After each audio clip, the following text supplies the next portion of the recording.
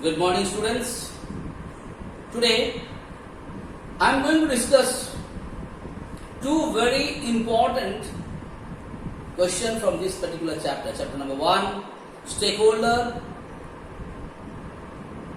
in business organizations.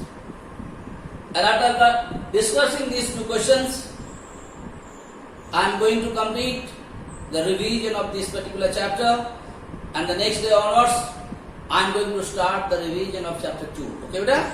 So first question of today, explain the conflicting needs of the stakeholder of a company. So the word said conflicting.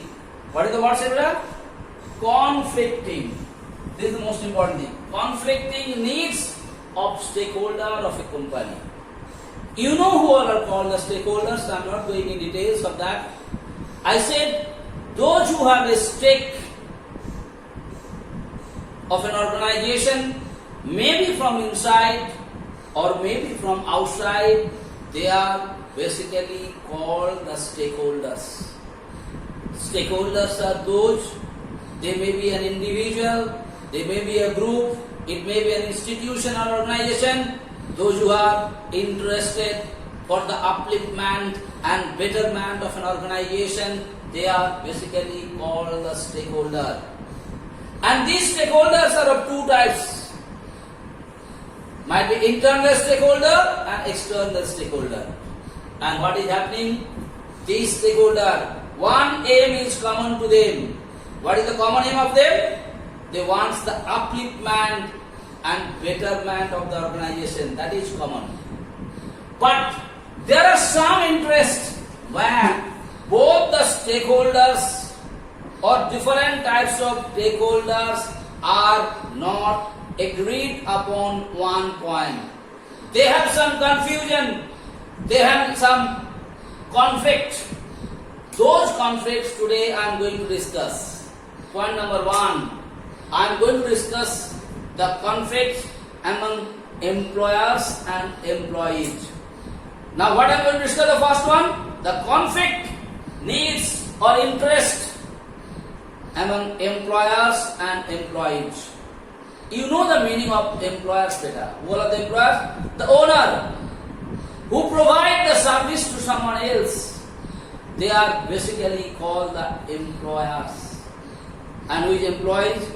Those who are working under someone else, or those who are working in an organization under someone else, they are basically called the employees. Like if you can take an example of any organization like Tata companies, like Mr. Ratan Tata is the employers, he is the owner, and those who are working in that organization, they are basically called the employees. So in any organization, you think about your house, beta. When in your house, any maid servant is working at your house, your mommy is the employer. Mommy usko नौकरी में रखी है, that is why mommy is the employer owner. And the maid servant who is working for your mommy, she is the employee. Employee. Now, the interest, both or the needs, both those parties needs, there is some conflict. Now what is the conflict? Now what the employers want, like what your mommy wants, definitely your mommy wants that maid servant who is working for you, she should work maximum hour by getting less facilities and less salaries or not. So any organization, what the owner wants, the owners wants to pay less salaries, less facilities, but they want more work from the employees or not. On the other hand, what the employees want, what the maid servant want, she wants to do less work, but wants what? More salaries. So is it a conflict between them or not? Similarly, what is happening there? Again, in place of business organization or company, what is happening here? The employers wants more work from the employees by paying them less salaries, less wages or less facilities. On the other hand, what the employers want? Employers want to do less work, but they demand more facilities and more salaries or not. This is the conflict between employers and employees. Now come to the second points. There is some conflict between government and the owner. What is the conflict between that? What the governments want? Governments want more and more tax. Different heads, they want the tax from the companies. And what the owner of the company is interested, he is interested to give less tax. So he is trying his level best how to avoid paying tax or not. So here is also a conflict between the government and the owner or not. Once more, what the government want? Government want more tax from the companies. On the other hand, what companies want? They try their level best to pay less tax for the government or not. Is there conflict between them or not? Third thing, if you can say suppliers and the owner or the shareholder, whatsoever might be, what you can find out between these two? What the suppliers want? Supplier wants to supply little bit low quality of products and they want good amount of payment on the supply of low quality of goods or not. On the other hand, what the owner or the manager of the organization wants, he wants good quality of supply in less price or not. So there is also a conflict. And the last, the conflict between the shareholders and the, you can say, the employees. What the shareholder wants? Shareholder wants the company should earn more and more profit, and a part of the profit should be given to the shareholder in the form of dividend or not. On the other hand, what the employees want? The employees want whatever profit the organization has earned, the maximum part of the profit should be distributed among them as by increasing their salaries and allowances or not. So this is the conflict. So whenever this conflict question comes, first you write the conflict interest between employers and employees. You know who is employers, who is employees. Second you write the conflict interest between owner and the government. Third you can write the conflict interest between the manager and the suppliers. Fourth you can write the conflict interest between who? Shareholders and the stakeholders like employers.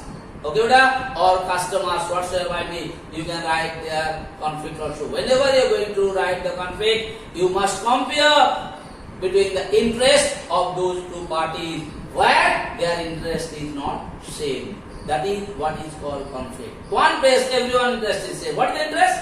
Upliftment and betterment. That is like all of the stakeholders.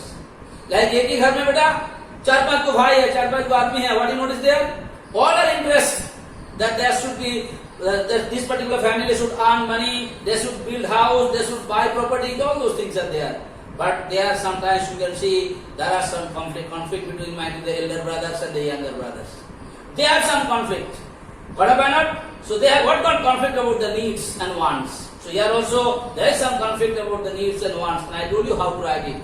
In the books it's given in different ways, different manners. But let me tell you, beta, if you write the way I am telling you, you will get the full marks in the board examination. Again, you have to write like this: conflict interest between employers and employees. Then write the point. Second, write conflict interest between the owner and the government. Third, write conflict interest between the manager and the supplier. And at last you can write conflict interest between the stakeholder and shareholders. Yes or no? There you give the example of employees and shareholders. Alright, brother? Now I am coming to the second question. Why customers are not considered to be the stakeholder of an organization? I have already discussed this before. Once more also I am going to discuss it. Who all are called the stakeholder of an organization? Those who have the stake or those who are interested for the upliftment and betterment of an organization, they are basically called the stakeholder of an organization. In case of customers, customers are not interested about the upliftment and betterment of an organization. They are only interested about their goods, how they can get a better quality of goods in less price. They are not interested about this particular organization or that particular organization. Whichever organization, whichever business firm, they will get good quality of product in less price. Will they go to that particular organization to buy that particular product or not? Your answer will be yes, sir. That means they are not interested for the upliftment and betterment of any organization. Today, from which business firm they are buying the products? Tomorrow, if they get it from other business organization in less price, they will leave this organization and they will go to the other organization to buy it or not. That is why they are not called the stakeholders, because they are not interested about the upliftment and betterment of the organization. They are only interested about their own product. How can they get it in less price, the better quality of good? That is why customers are not called the stakeholder of an organization. I hope I made it clear to you. Please understand it. Listen to the videos. It will be definitely clear to you. Thank you. Thank you so much.